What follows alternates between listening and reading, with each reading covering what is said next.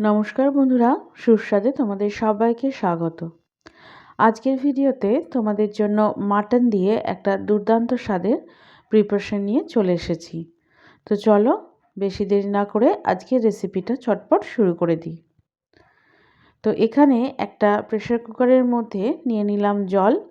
এখন এর মধ্যে দিয়ে দিচ্ছি মাটনটা ভালো করে ধুয়ে নিয়েছি।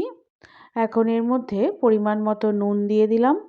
তারপর দিয়ে দিচ্ছি তেজপাতা, এলাচ, দিয়ে দিচ্ছি দারচিনি আর কয়েকটা লবঙ্গ দিয়ে দিলাম। এখন এই সমস্তটা ভালো করে মিশিয়ে নিয়ে তারপর প্রেসার কুকারের ঢাকাটা লাগিয়ে দিয়ে এটাকে মাঝারি আঁচে 8 থেকে 10টা হুইসেল দিয়ে নেব।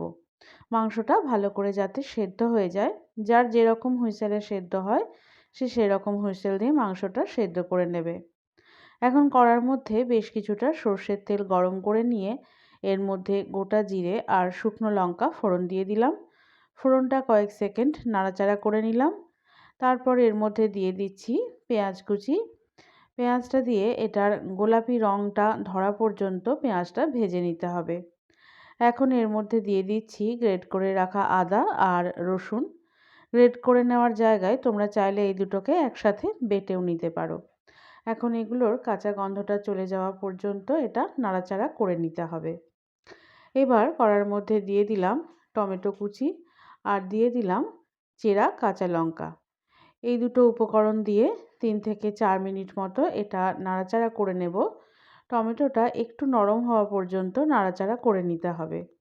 এখন এর মধ্যে দিয়ে দিলাম ফেটিয়ে রাখা টক দই, দিয়ে দিলাম সামান্য একটু হলুদ গুঁড়ো, ধনে গুঁড়ো, কাশ্মীরি লঙ্কা গুঁড়ো দিয়ে দিলাম আর দিয়ে দিচ্ছি মিট মশলা। এখন এই সমস্ত মশলাগুলো ভালো করে কষে নিতে হবে। একদম লো ফ্লেমে এটা ভালো করে কষে নিতে হবে। যেহেতু দইটা দেওয়া হয়েছে তাই এটা লো ফ্লেমে কষে নিতে হবে, না হলে কিন্তু দইটা দেওয়ার সঙ্গে সঙ্গে মশলাটা কেটে যেতে পারে, তাই লো ফ্লেমে এটা কষে নেব।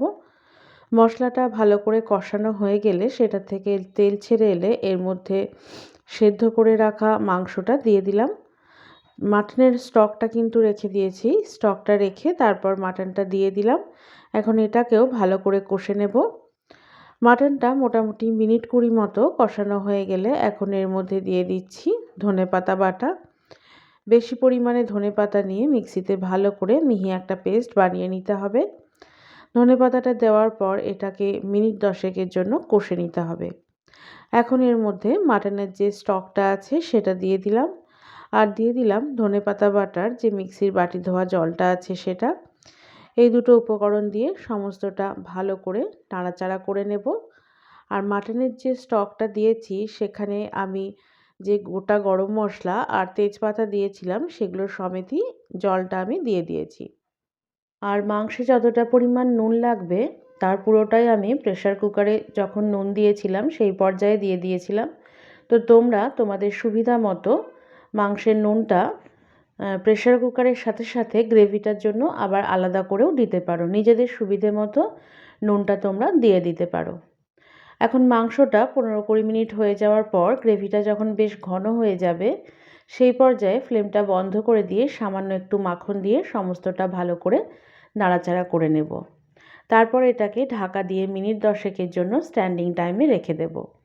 তাহলেই তৈরি হয়ে যাবে দুর্দান্ত স্বাদের ধনেপাতা দিয়ে মাংসর এই রেসিপিটা।